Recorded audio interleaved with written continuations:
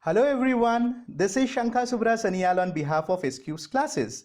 Well, before I start off with the topic, let me thank you all from the bottom of my heart for showing your love and respect for the lectures that I'm delivering. I'm really elated to tell you that the amount of responses that you are giving, it's really commendable. Thank you so much. Well, today I start off with the topic called matter in our surrounding. This is a topic from chemistry of class 9th. Here, basically in this lecture, we'll be discussing about the characteristics of particles of matter. So let's begin the session. Anything which occupies space and has mass is called matter.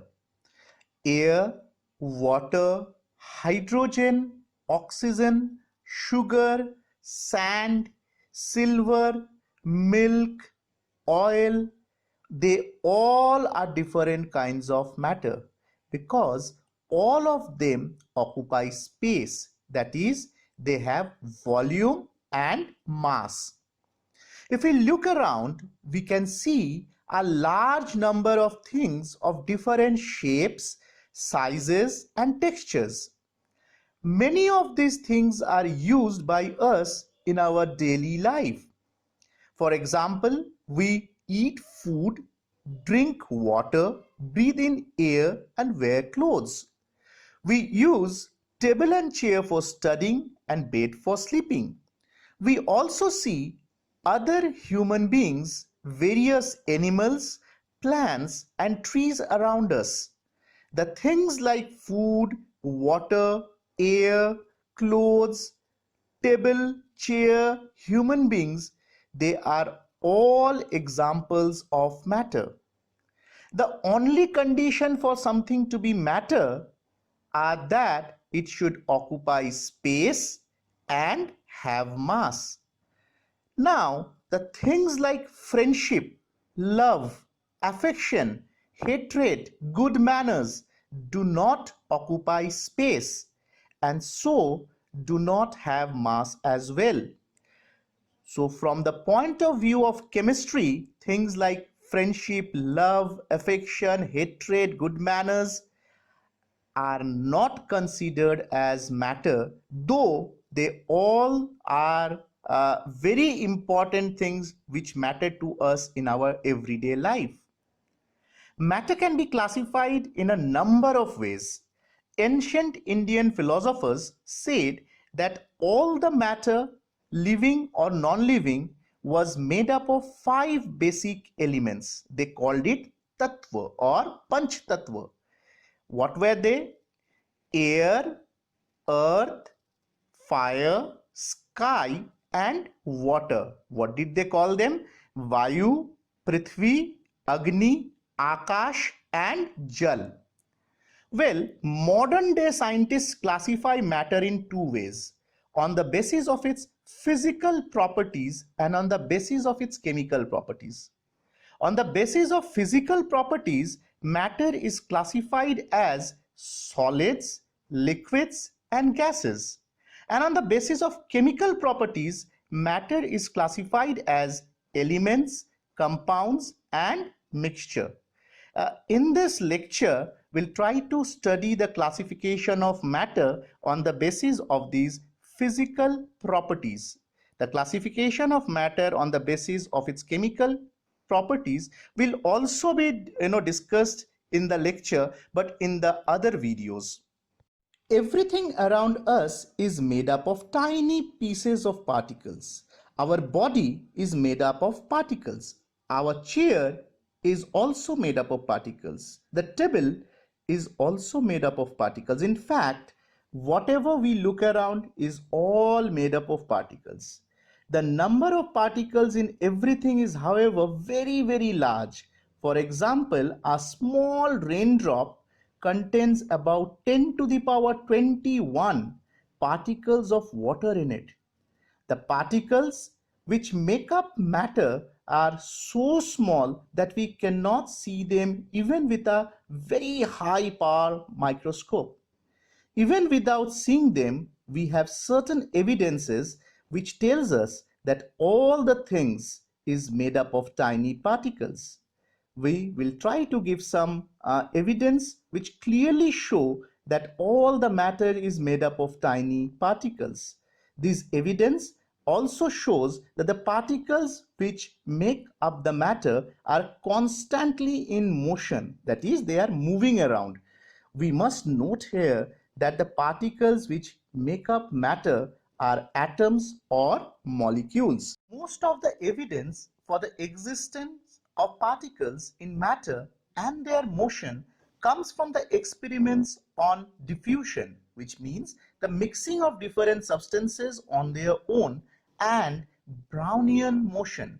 It is easy to explain what happens in several experiments if we believe that matter is made up of tiny particles which are in motion. But without the concept of particles, things become very difficult to explain.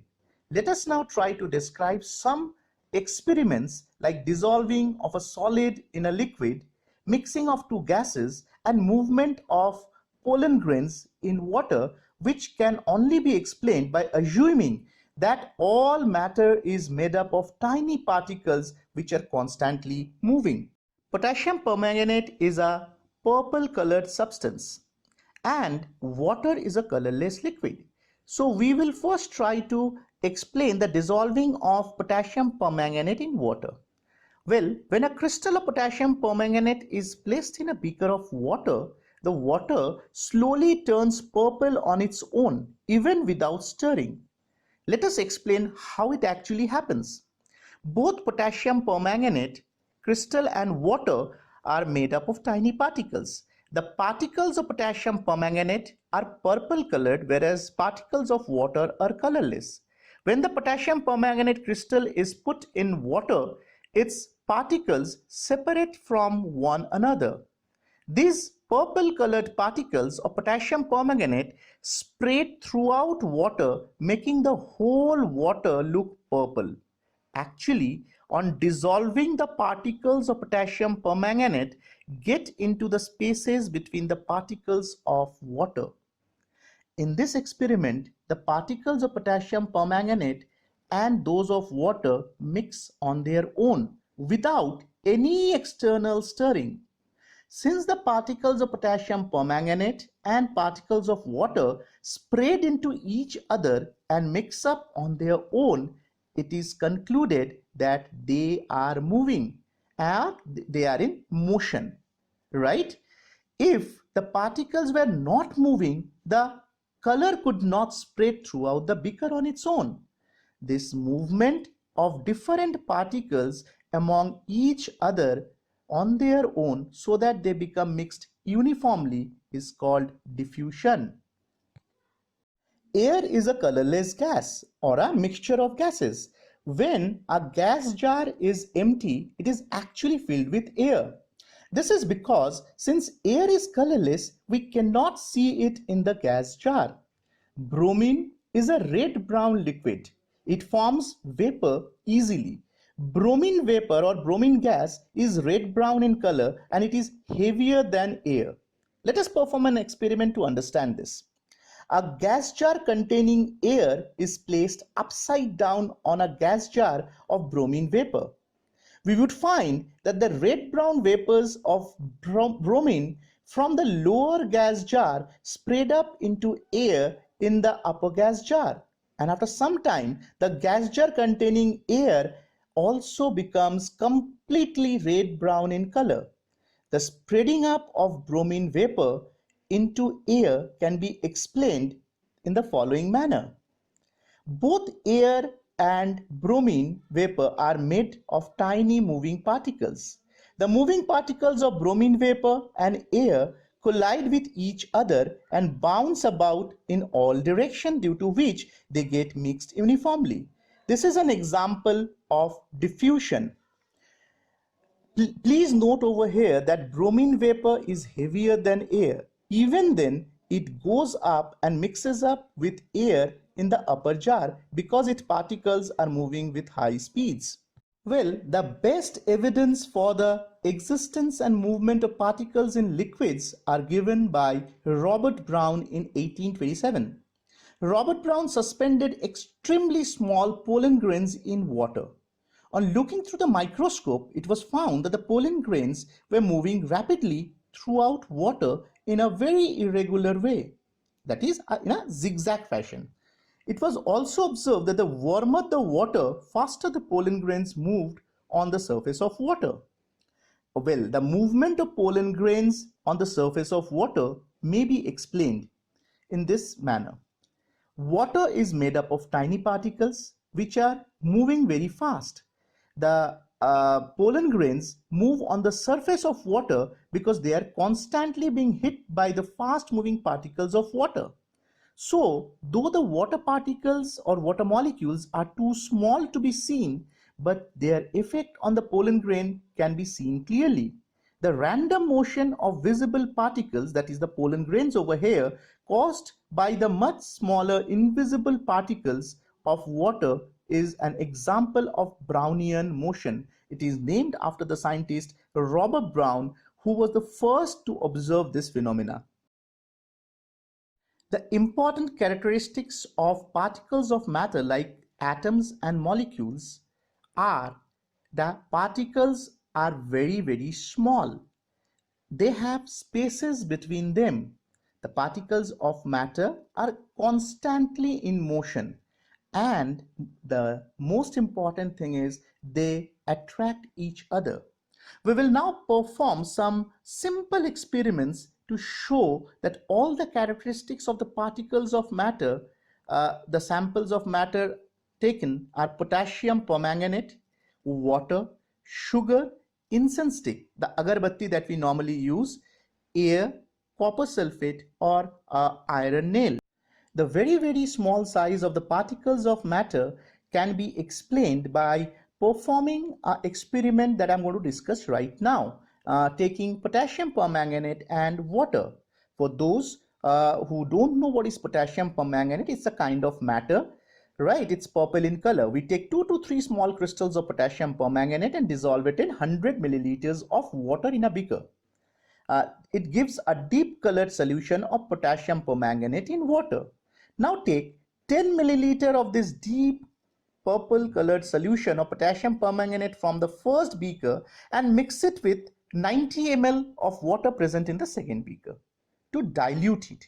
Due to this dilution, the color of potassium permanganate solution in the second beaker becomes a bit lighter. Now take 10 milliliter of potassium permanganate solution from the second beaker and mix it with 90 milliliter of water present in the third beaker to dilute it further. The color of the solution will still become lighter.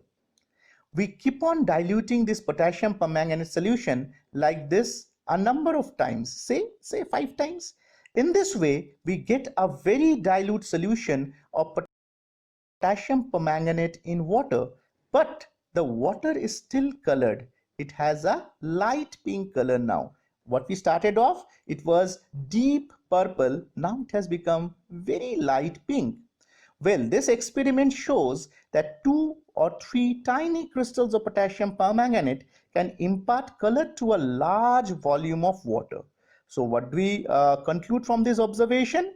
We conclude that each potassium permanganate crystals itself must be made up of millions of small particles which keep on spreading and imparting color to more and more of the water on dilution. Since each tiny crystals of potassium permanganate is supposed to be made up of millions of particles, therefore these particles must be very, very small. In order to explain that spaces exist between the particles of matter, let us perform a small experiment.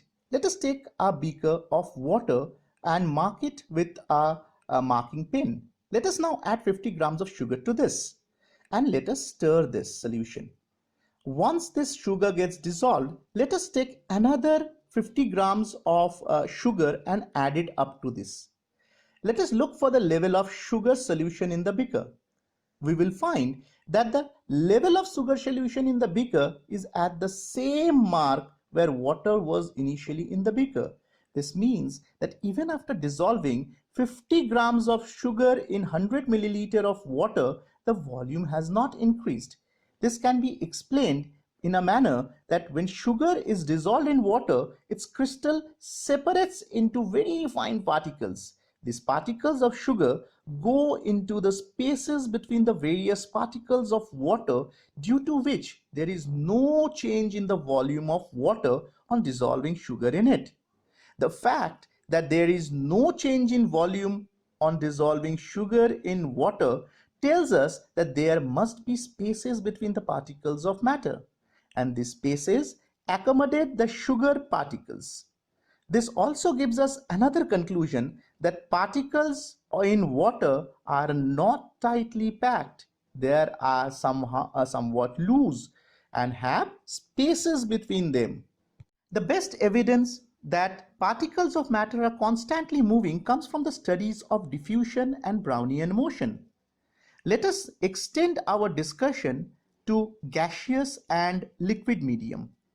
When we light or burn an incense stick in one corner of the room, its fragrance spreads in the whole room quickly.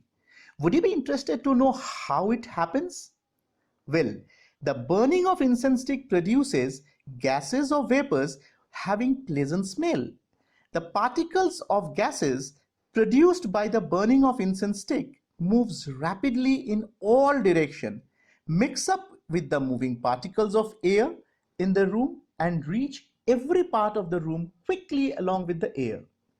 Now, when the gaseous particles from the incense stick reach our nose with air, we can smell the fragrance. If, however, the particles of gases produced by the burning of incense stick and the particles of air were not moving, then the fragrance of the incense stick could not spread in the whole room quickly. So the observation that the fragrance of a burning incense stick spreads in the entire room quickly tells us that the particles of matter, which is here the incense stick, the agarbatti, are constantly moving. There are some forces of attraction between the particles of matter which bind them together. The force of attraction between the particles of the same substance is known as cohesion. The force of attraction or cohesion is different in the particles of different kinds of matter. Let us make it more clear through an example from day-to-day life, right? If we take a piece of chalk, a cube of ice, and an iron nail and beat them with a hammer, we will find that it is very easy to break the piece of chalk into pieces. It requires more force to break a cube of ice, whereas the iron nail does not break at all, even with a large force. This shows that the force of attraction between the particles of chalk is quite weak. The force of attraction between the particles of ice is a bit stronger, whereas the force of attraction between the particles of iron nail is very, very strong. Well, this brings me to the end of the lecture. But before I sign off, let me remind you, in case you have any queries related to this lecture, you may kindly write to me at scubesclasses@gmail.com. It's You can see that it's on the bottom of your screen, or you may send me a WhatsApp message on the numbers given over there. It would be a privilege on my part to respond to your queries. Thank you. Thank you so much.